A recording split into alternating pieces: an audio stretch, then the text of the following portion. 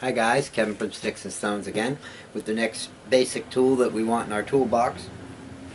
This right here is kind of like on the idea of a V-tool, but what it is it's a veiner, okay? It doesn't really have the V on the bottom. It's more rounded, but it's very, very tightly swept up, right? As you can see, it looks like a gouge, but it's a little higher on the sides, almost like a V-tool with a rounded bottom, all right, at the cut. And what it does is it makes kind of like a V-tool cut.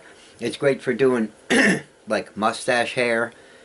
I like to use it to undercut under the eyebrows, stuff like that. Let me show you an example. And it doesn't quite make the cut a V-tool does. You see, right up in here, all right, I had taken this is a small veiner, all right, and I had run this underneath, all right, just like that, to give me that shadow line. I'm going to do this side over here. I don't know how good you can see that. I'm trying. But watch the cut. See how there's no cut there right now? Right?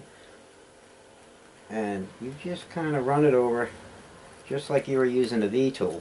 Alright? But the thing about a veiner is it's great for making hair without such a sharp cut. If I was doing hair, say, you know, a veiner is really good for gouging lines out that aren't as deep as a V-tool.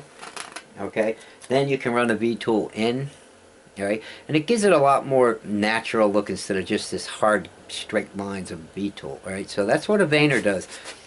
You can also go around and take some small, do some cleanup in spots like underneath the nostrils, okay, and stuff like that. So there's a lot of uses for a veiner, but if you do happen to see one in your box, if you get a set, that's pretty much places you can use it.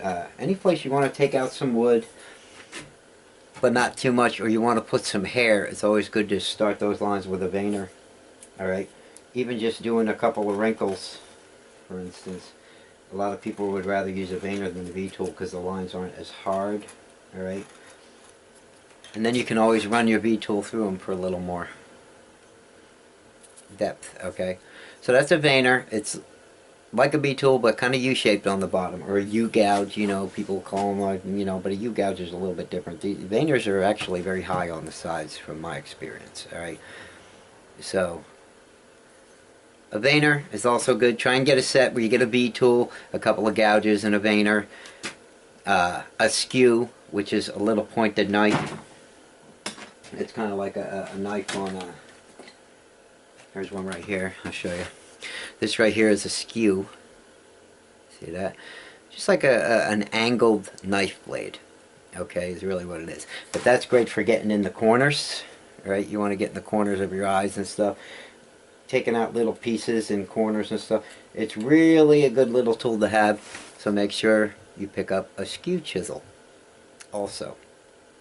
Okay, so there's two new tools for you, explaining what they do.